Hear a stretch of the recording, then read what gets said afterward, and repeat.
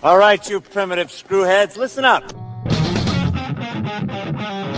They're coming to get you, Barbara. I ate his liver with some fava beans and a nice Chianti. Here's Johnny. Vanity. Definitely my favorite sin. I am the devil, and I am here to do the devil's work. The power of Christ compels you! This is my boomstick. What's your favorite scary movie?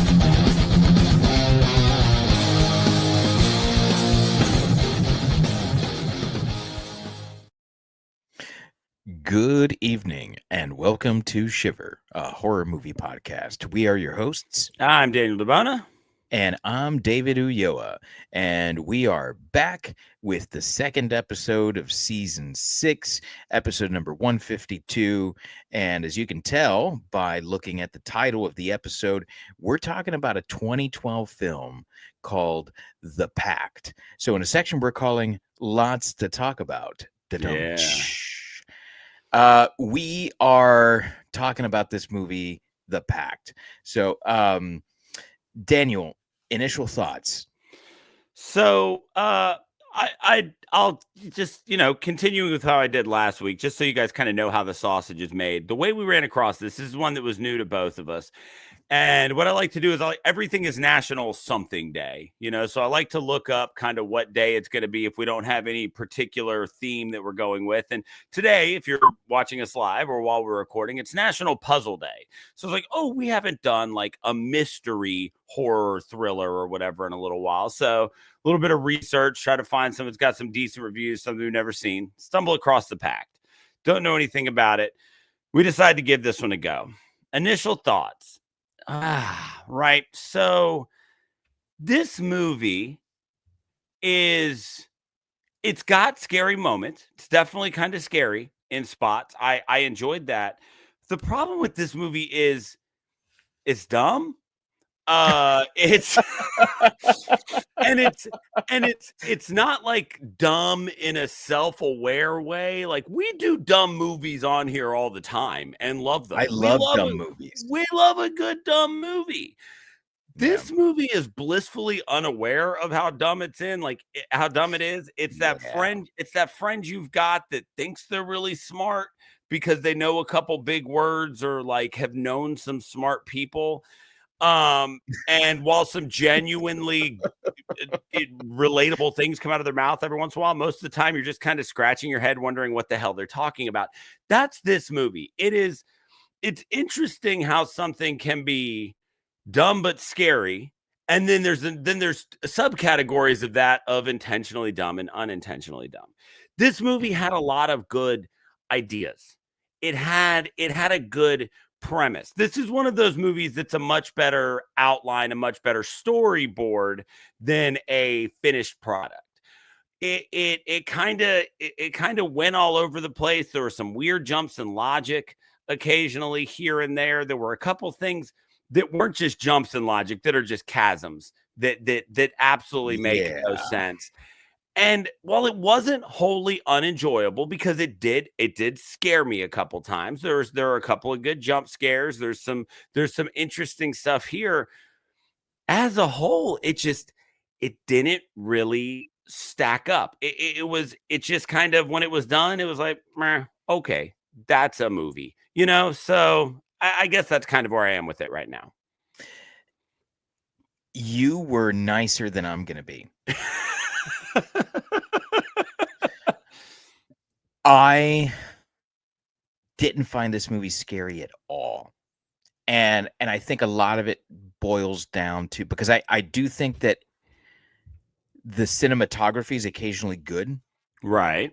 And so that was engaging. Occasionally I'd see like some lighting or something. I'm like, ooh, that's nice. I was so mind-numbingly bored the whole time that I couldn't be scared. And there were occasionally moments where I was like, man, I wish I was scared right now. Right. And I was just getting nothing. I felt nothing. And where last week I feel like we took a dump on the last winter, we did say that it was an attempt at something, that it looked beautiful all the time. At the very least, it had that. This movie feels like exactly what it is, which is a Yeah. short film that's turned into a feature-length film without knowing why it should be a feature-length film. Yeah. And a big part of that is the director of this, Nicholas McCarthy, had only done short films before this. This was his feature film debut, and that definitely shines through. This is a man who knew how to do, 15 to 20 minutes of a movie at a time. That 90-minute runtime was not something he should have attempted with this script. And I think that's the key here, because you've got to start somewhere. And I think starting with short films is where you go, because you've got the amount of time that you need to really explore, the minutia of a scenario. But to take an idea, and I haven't seen the short film, but to take your short film, which may have been a fantastic short film, and say, I'm going to turn this thing into a feature film, it may have worked as a 20-minute short. Right. But it does not work as a feature. I really don't understand why this movie was made. I hated it. Like I really hated it, because I found myself feeling like, and I know that I don't know what anyone attached to this project was actually feeling. I didn't bother to read up on it outside of like, oh, it was a short film. I don't want to watch any interviews. I don't care what they have to say about this movie. I was offended by the fact that I had to keep watching this thing. I felt like my intelligence was constantly offended. This movie is so mind-numbingly stupid that I think my dog could have written a better version of this movie. She's a very, very smart dog. She's fantastic. I love her with all my heart, but she's still a dog, and she could have written a better version of this movie. Yeah, last week with the last winter, we talked about how it seemed like an attempt to make a scary movie by people who don't know what horror is or what a scary movie is, and or an attempt to just do something very different, which, like you said, for all its flaws, kudos to them for trying something new. This movie is the complete and total opposite of that. This movie is, hey, here's like every trope I ran across while reading a Wikipedia article. Here is things that people have found that I know people have said are scary, or things that have scared me in movies 100 times, just done worse.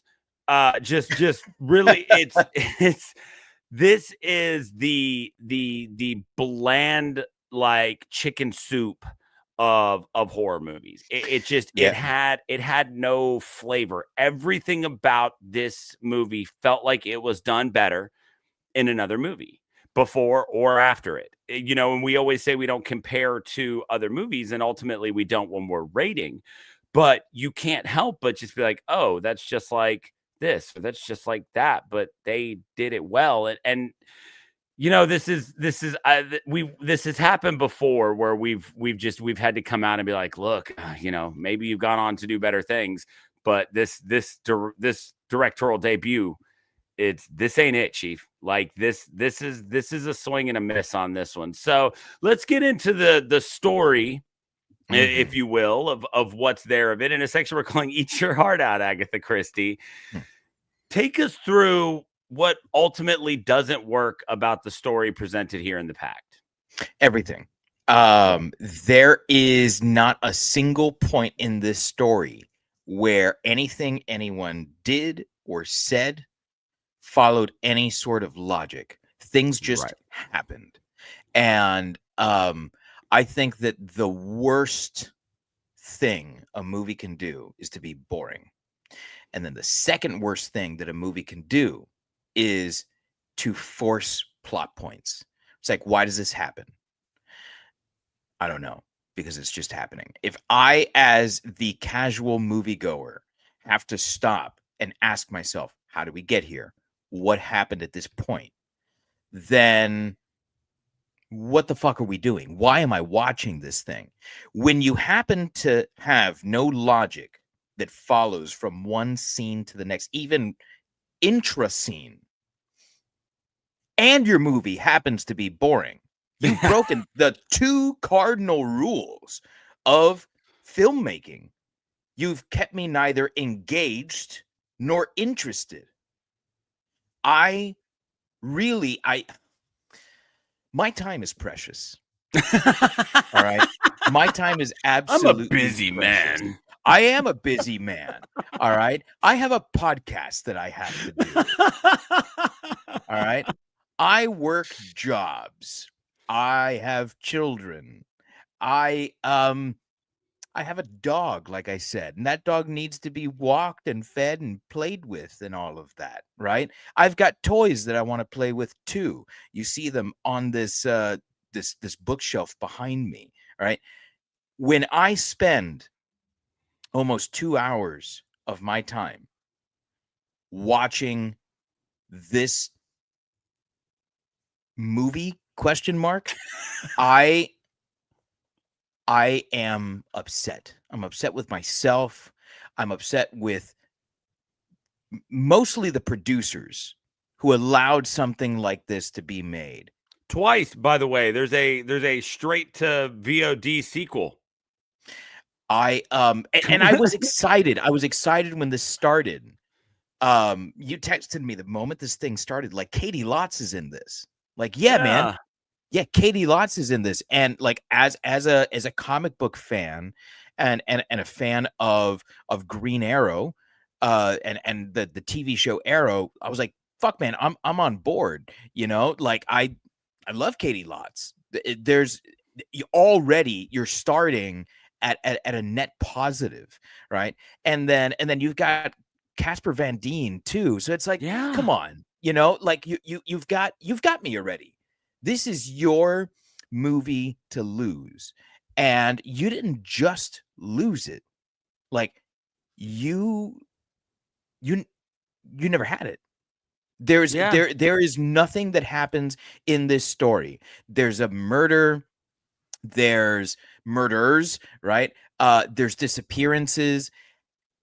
Half of the ideas that are introduced are wrapped up, and they're wrapped up lazily. All right. I'm just going to go through a few things here. Please do. Okay? And we'll see if they're the same ones I wanted to go through. All right. The supernatural aspect of this movie, right? What's the goal? Correct. Of this thing, right? Is it to bring the murders to light? Is it to do harm? Because it seems like this is a really aggressive spirit or spirits. Yeah, that ghost really whipped Katie Lotz's ass, like, at first. Yeah, it absolutely did, and drew her sister into the closet. Right. You know, so what exactly is going on with this spirit, right? How is this? Do these spirits come to be? Right? This house is haunted. There's something supernatural going on in this house, right? Why? How? Right. Never addressed. It might sound stupid. Why the fuck is this movie called The Pact? What pact is there? What does it have to do with the supernatural goings on in the house? What does it have to do with the brother / possibly father? And that's another thing. All right. They go to great lengths to let us know that there's this mysterious brother, this uncle to Annie, right? To Katie Lotz's character, and that they happen to have the same eye thing where they have two different Right. color eyes. Was there some sort of incest that happened? Like things constantly happen that way where it's like, was this important? Are you trying to tell me something? You're the storyteller. Tell the story, right? Yeah. How did the house, the ghost, seem to know all about Annie's past? Where is all of this past trauma with the mom and all of this? None of it is ever brought up. Correct. And it's a major, major plot point. It's the whole reason why Annie's not there with her sister in the first place, right? Why does the sister exist? Yeah. Every character should serve a role, right? Why is she there? What purpose does she serve? And her daughter, for that matter, what purpose does she serve? None of the characters in this story matter. No one does anything that affects the story. No one is of consequence. Nothing that anyone does affects another character in this movie, right? Why are the police involved at all? Right. I mean, there's some missing people, I guess, which again never resolved. Who files a missing persons report? Number one. Right. All right. Number two, why are the police familiar with, who was it, Natalie, Natasha, whatever the fuck her name was? All right. Like, oh yeah, no, we know her very well. Why? Why do you know her very well? She was a recovering drug addict. She wasn't a regular at the police station. And if she was, fucking tell me. Nothing about the police involvement in this story made any sense. Why would the cop go back with her? The police officer does not behave like a police officer. No one at the... In fact, there's... Okay. What the fuck happens at the end of this movie? I don't know. I don't. The eyeball, like the very end. He's dead. Yeah, he's dead. He's not supernatural. He's just some dude who happened to live in the basement of this woman's house for years and years and years and years and years and years and ate pickles and went by unnoticed by the children. Right? He's fucking dead. Yeah. Yeah, I don't know what that ending was. Not for a second. I hated this. I can't think of another movie save for Winnie the Pooh, Blood and Honey, that I hated quite as much as this movie, because it knew what it wanted to do. This wasn't some sort of like, hey, listen, it's a really complex thing. What was that one? We have to do something. Yeah. Not good, but it attempted something. It didn't pull it off, not even close, but it tried to do something and occasionally was brilliant. This is garbage. This is garbage. All right. And I hate to say that. I've said this before. I hate to say that about something that someone poured their heart and soul into. I don't know that anyone poured their heart and soul into this. All right. I can't even look at Katie Lotz, who I love, and say, you were great in this. Not even Katie Lotz can save this movie. Yeah, there were so many things, like you just mentioned, that made no sense.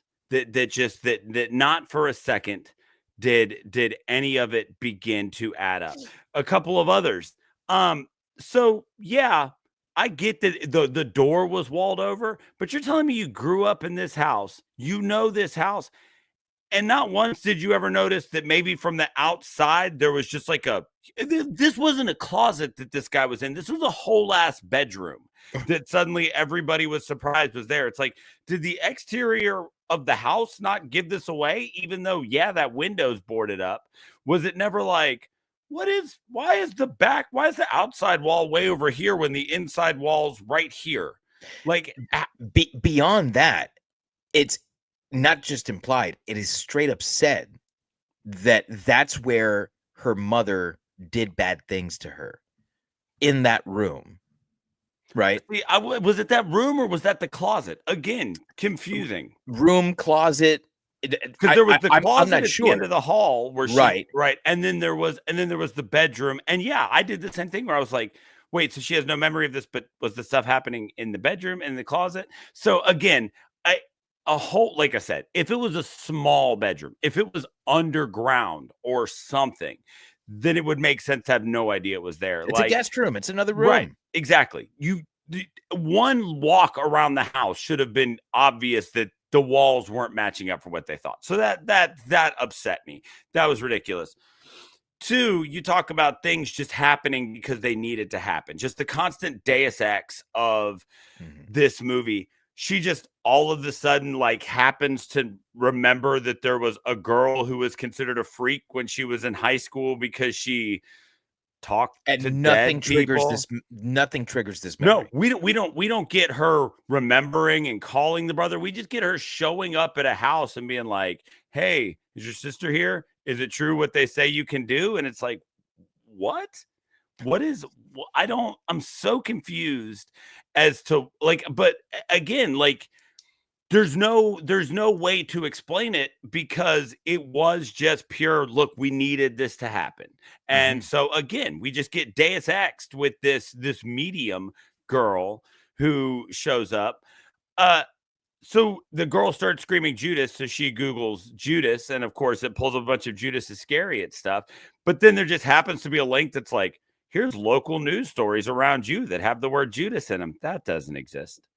That's not a thing. Google Judas right now, and all you're going to do is just get articles about Judas Iscariot. Like that's what happens. It does, it or Lady Gaga. All right. Yeah. This is 2012. Lady Gaga had released like 3 albums at this point, one of which had Judas on it. There we go. Exactly. It's not going to bring up some obscure serial killer that maybe existed in your town and was never caught, let alone somebody who has a website dedicated to this that happens to have tracked this one that had like 5 kills and he's just right there. It's like, oh yeah, no, I know this is all about Ted Bundy and this and that, but I got my Angel Fire website got its hands on some crime scene photos. Everything just kept making less sense. Yeah. Like the woman who is in the photo when she unfolds it, that's the spectral image, that's the weird vision she keeps having. That woman, who we suppose is, the ghost who like drives her to put the knife in the wall right where that door is after beating her ass. Seems like there had to be a better way to do that. Right. It makes sense that in all of the ghostly images of her, she's wearing the same dress.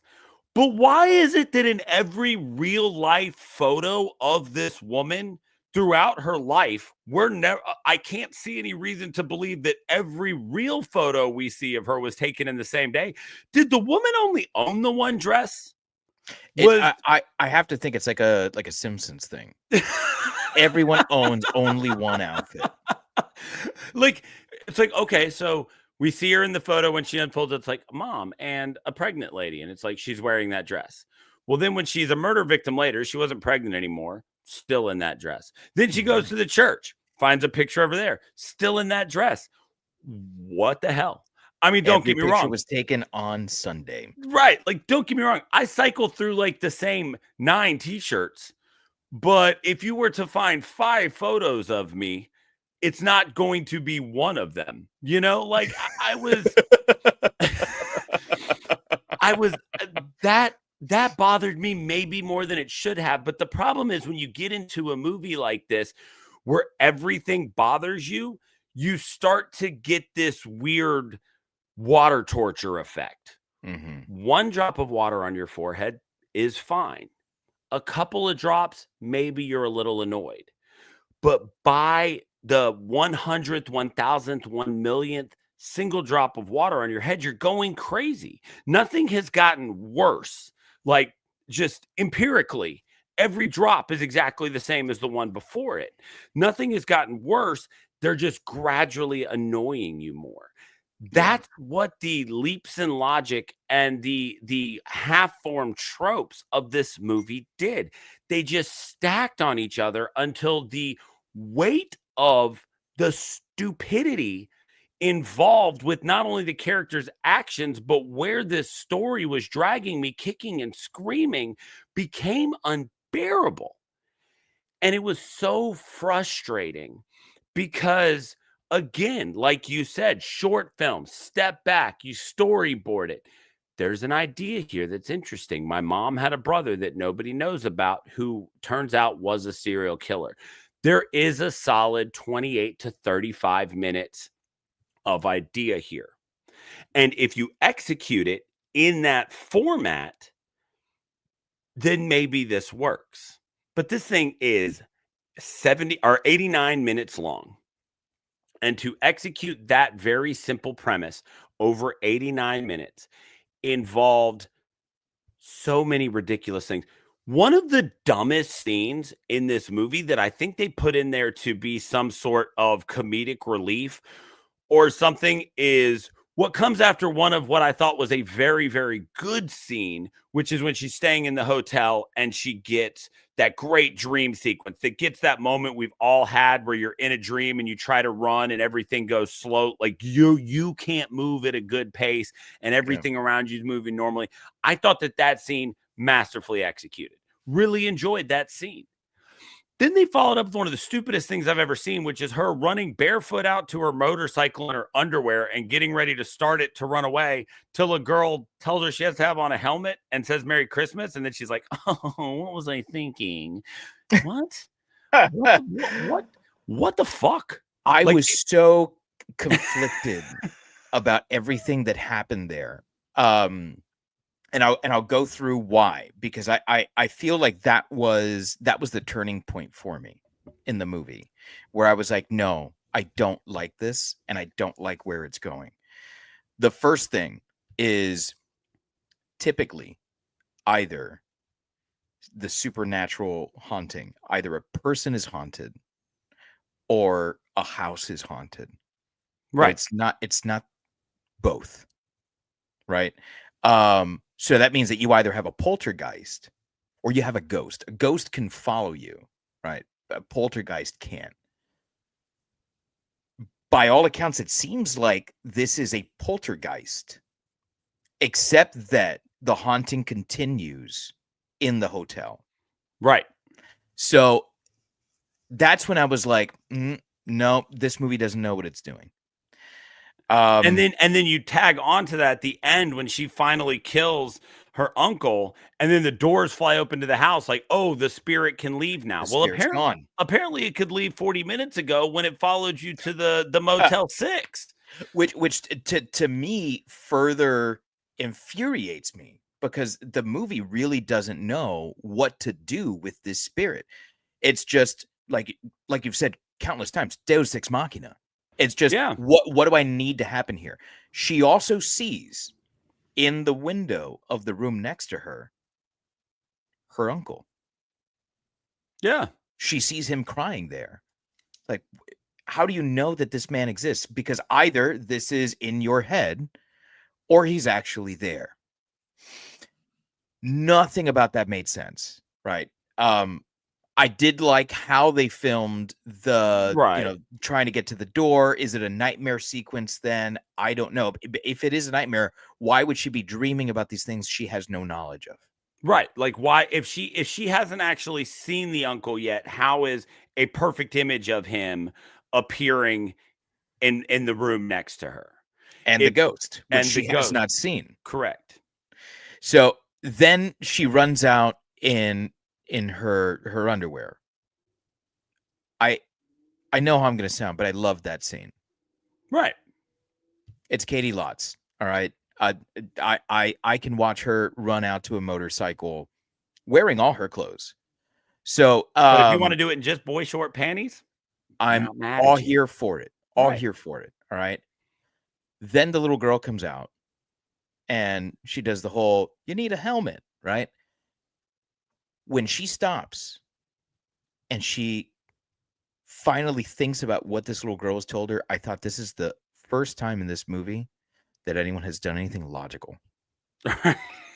And yet it doesn't work. It still doesn't work. Because exactly. I don't know if it was her reaction. I don't know if it was an editing issue where we weren't given enough of a beat to like ponder that moment with her. But I thought logically, I'm like, man, I have often, I don't know about often, but I have before been so in the moment that I can't see this thing in front of me. And all it takes is someone to be like, hey, dickwad, what the fuck? And all of a sudden I'm like, no, you're right. What the fuck? I need to slow down. I really need to think about this thing. It's strange, the things that like kind of snap you out of it. I didn't get that from that scene. And I should have, because as an outside observer, I'm like, no, that could have done it for me. But I didn't get that from her. I got to tell you, man, nothing about this movie works for me. Yeah, it just continually made less sense. And you know, this is the section where we talk about the story, and all we've done is gripe, but that's because there's no cohesive ABC to this. There's no point in the movie where suddenly the pieces fall into place, which is what you're looking for in a mystery, right? You're looking for that moment, you know, that where you're like, oh, I get it. Because that. And even though I was confused until right now it makes sense, and I'm okay with that I was confused. And you can talk about a logical progression there, you know, like, I mean, honest to God, I wish that I had just gone with the Haunting in Venice. Like it would have, but I didn't. And this is where we are, and this is what we're talking about, and it happens. But they're just. It feels weird to say there wasn't a story, because there was an attempt at there was a story. It was just told so poorly that it's not worth mentioning. Like you said, when they finally revealed that the uncle had the heterochromia or whatever, I did the same thing where I was like, wait, so is the uncle her dad? Is she an incest baby? I'm what was the point in that? Like, right. Like, you show me okay, you know, the grandparents had it skipped a generation. I don't know. I don't think that's how heterochromia works. I don't know enough about genetics, but it seems like a bizarre thing to like make a big deal about you and your uncle both having it, unless it's a plot point. And so, and then it finally, and you talked about this already, but it finally wraps up, and we're like, okay, she gets her happy ending with her niece. She's gonna adopt her, which with the niece that she didn't want, the niece that she wanted nothing to do with, right? Which, and then she sells mom's house, which, by the way, can you just sell a crime scene? Can you just go to a realtor and be like, hey, 450,000, you can own this house with a murder room, a secret basement, and there's probably still blood on the floor. You know, I very confused about that. You bulldoze through all of that, and you get what could have been an interesting final shot, which is just the zoom in on this weird hole that I guess the uncle used to keep track of everybody in the house. But then why was his eyeball on the other side?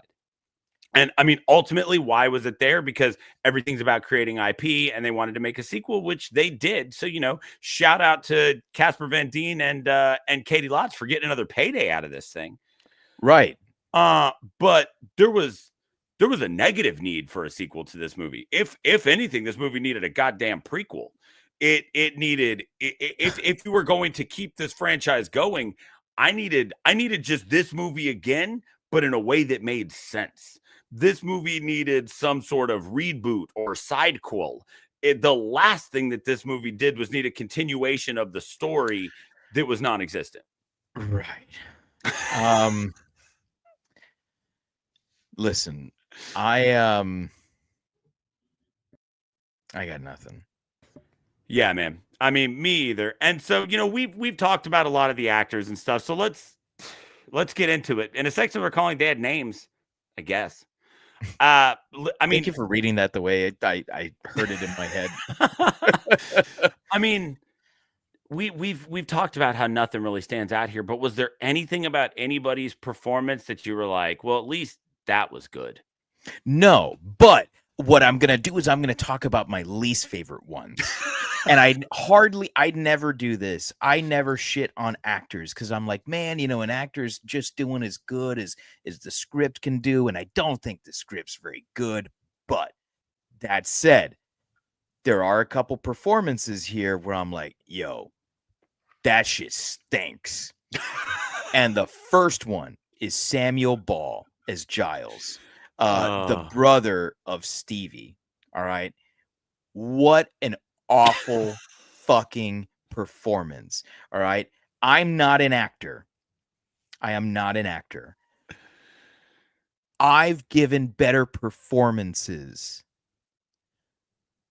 when I'm taking a post Taco Bell shit and I've got to be on the phone with someone and not let them know that I'm taking a post Taco Bell shit. All right. Compared to this guy, I have given Oscar-worthy performances. I can understand that your script is no good, that the dialogue is awful. Maybe you're looking at the script and you're thinking, there's no motivation anywhere here. But do you know what your job as an actor is? It's to find the motivation. You dig deep, right? You got to polish that turd. I don't know that Giles understood what a turd was at all. I don't think that he could have polished a turd if you gave him shoe polish and 15,000 rags. There's no chance that he could have polished that turd. All right. The way that listen, nothing about it was good. But the worst is when they're leaving this house where Stevie, has been asked to do exactly the thing that she did, where everyone was prepped with what was going to happen. And as soon as Stevie leaves this house, he turns around and he doesn't rip into Annie. He flat out fucking punches her. Yes. All right. I'm not talking about an open hand slap. I'm talking about he punches her in the fucking jaw. He got her with the right cross. Dude.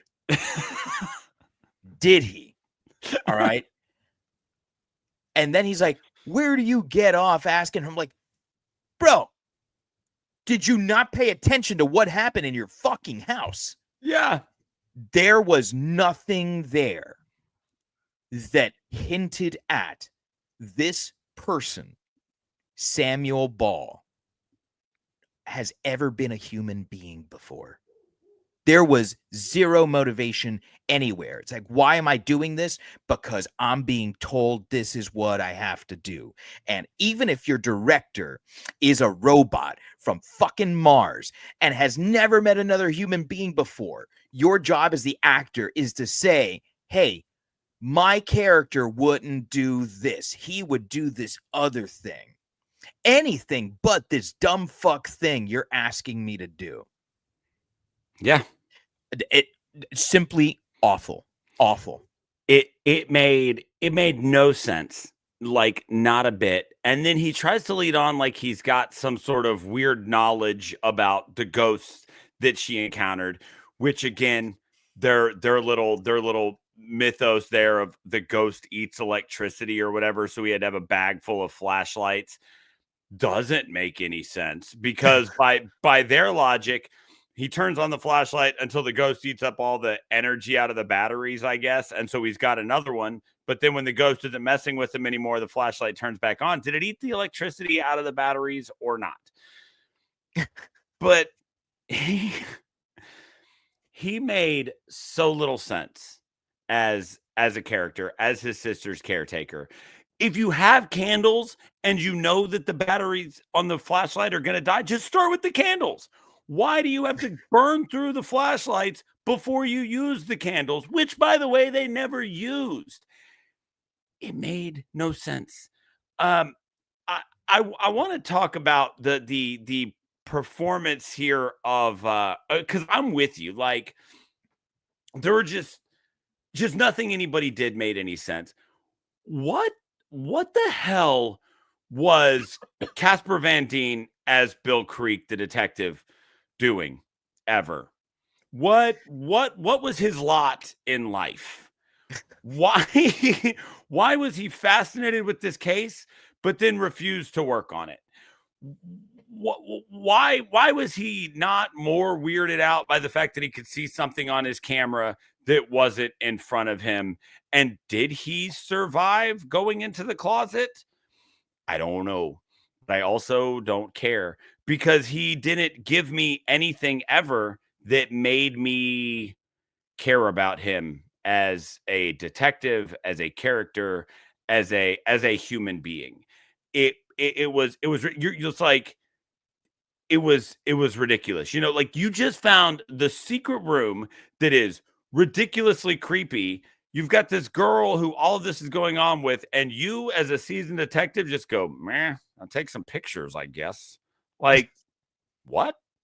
You're not, you don't have a black light, like a CSI, nothing. We're just, it's a creepy bed frame in a room that nobody knew about. This is no red flags for you, seasoned detective.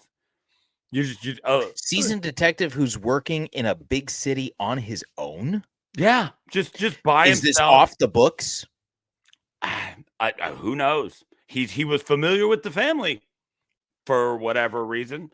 I guess because the sister was an addict and had run afoul of the law.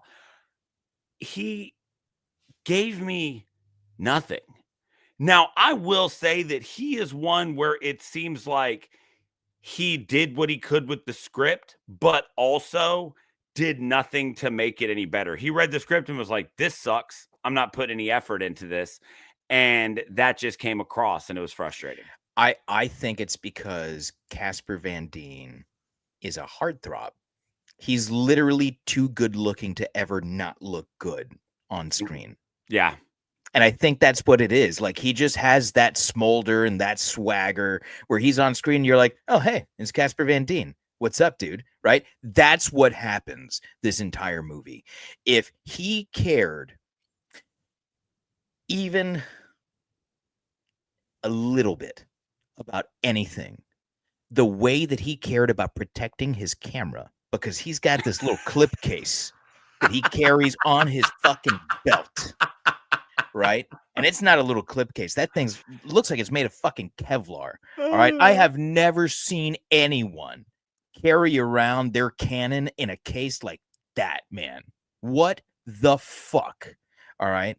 I look at all these cameras I have up here. Not one of them has a case quite as nice as what he had for his fucking Canon R4 or whatever the fuck he had.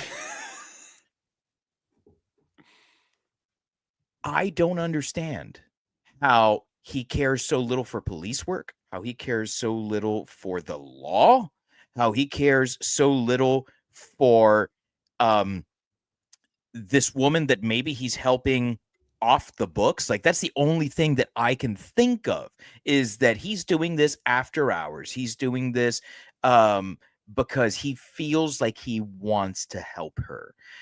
If you've taken photographs in a home where you know for sure you did not see a spectral hand, and this woman is telling you, I was attacked by a ghost, my sister is missing, and now you're looking at the back of your cam and you're like, it's a fucking ghost hand. Yeah, that is definitely a ghost hand. You're going back on your own? Yeah. What kind of detective are you? Like, listen, I think I'm a smart dude. I'm not the smartest dude ever, though. There's got to be at least 7 detectives in the whole world that are smarter than me. One named Poirot and one named Holmes, for sure. So I can think of 2 that are smarter than I am. All right, there's got to be more. And Daniel Craig in the fucking Glass Onion movies. Right? Yeah. There you go. There's 3. How the fuck does this guy not think, let me piece these pieces together? There's a fucking weird thing going on there. Maybe I should call my partner. Maybe I should call backup. Maybe I should. Clearly, he knows the whole family. He knows the whole history. He knows everything, right? Why don't I go fucking talk to Stevie? There is nothing. Apparently she's some sort of town sideshow. Yeah, everyone like, oh, you here to fuck with her? Yeah, everybody knows like, Stevie. Yes, I'm here to fuck with her. What are you gonna do about it? I'm the cops. Let me in. Yeah, it's just, man, I don't know. Like you said, every performance here was so stale, and I wanna like take an opportunity to be like, well, at least Katie Lotz was so great, but she wasn't. She made a bunch of. She was okay. I felt like she was okay. She again, kind of like Casper Van Dien, like she's beautiful. So like you see her on screen and her beauty comes across, but there's nothing that she does with this character that I'm like, man, that was a great choice. That was a good choice. Even I just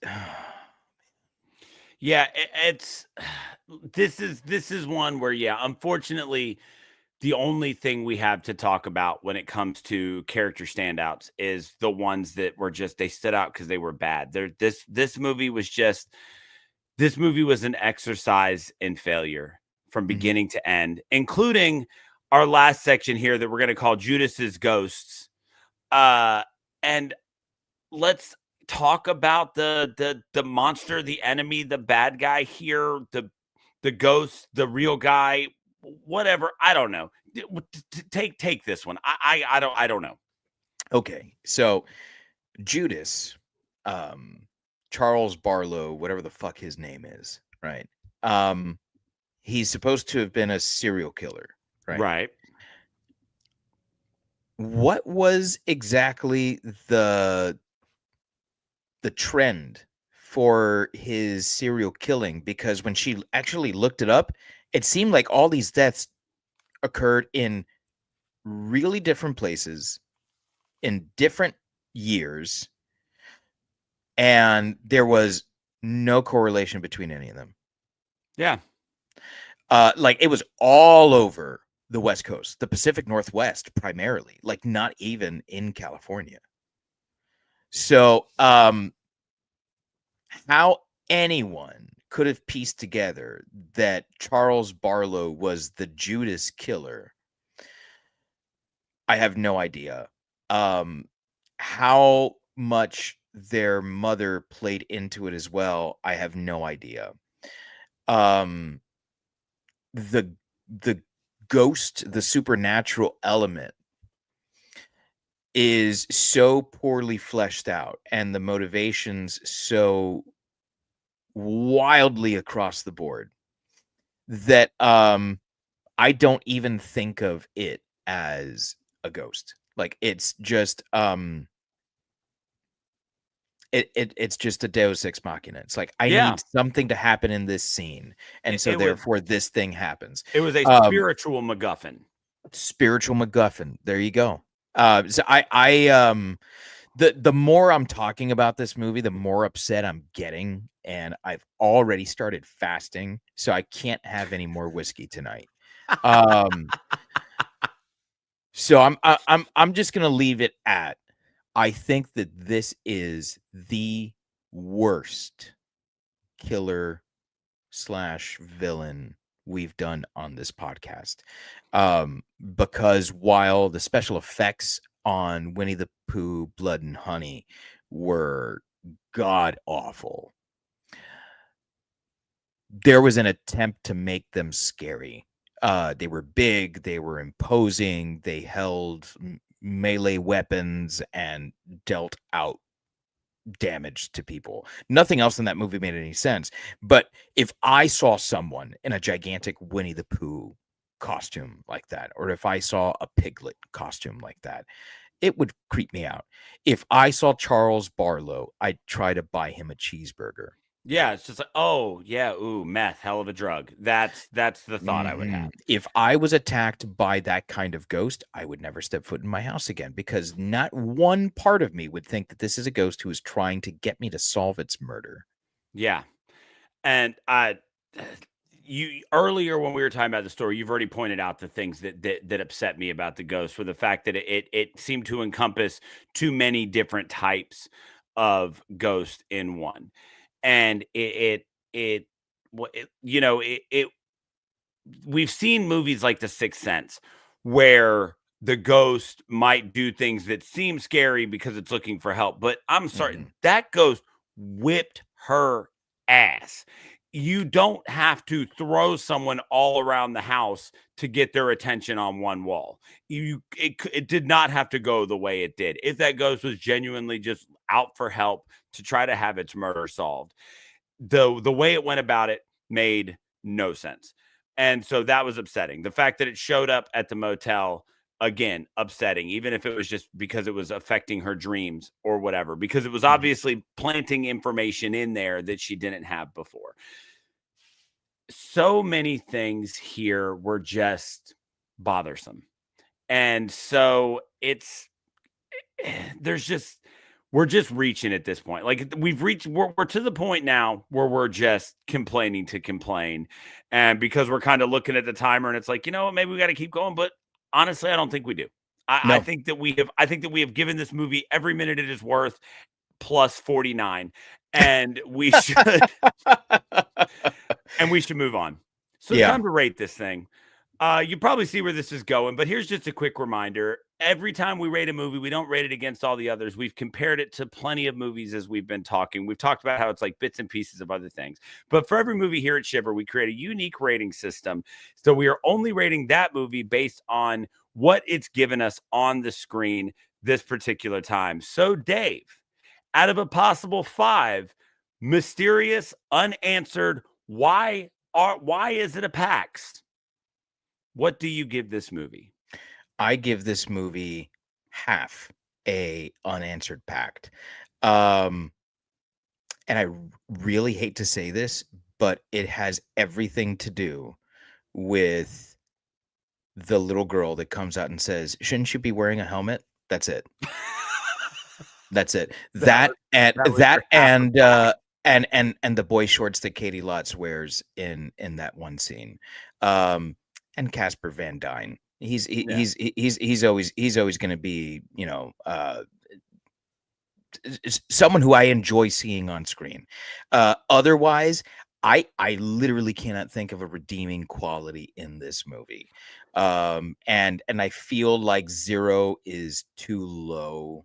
Right, because the movie is this. Right. I feel like 0 is too low. It doesn't feel like a cash grab to me. Right. And that's why I think ultimately I'm not going to give it 0. But this is not good. I would barely call this a movie.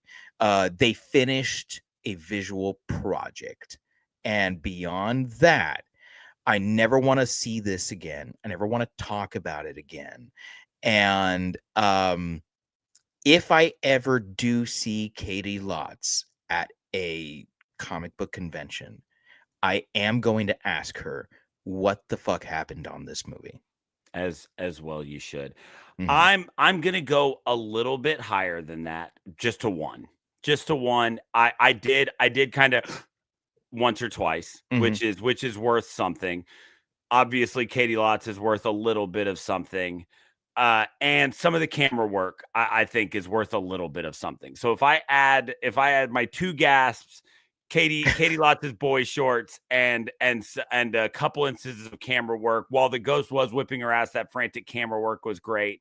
The weird dream nightmare sequence I think was an excellent idea. Unfortunately, it was just buried in a mountain of other stuff that didn't make sense. So I'm going to go with 1 unanswered Pact, just because there was something here. But this is not a movie that I will ever think about again, that I will ever watch again. I would definitely never recommend this to anybody. If anybody asked me about it, I'd be like, let me just give you a list of 100 movies that do something in that movie better. And we'll go from there. So I'm going 1 unanswered Pact. Perfect. And if I'm mathing correctly, we're rounding up to 1. So 1 unanswered Pact. And with that, I never want to talk about this movie. Let's just agree. Let's make a pact right now. And this is actually never a formal agreement between 2 parties.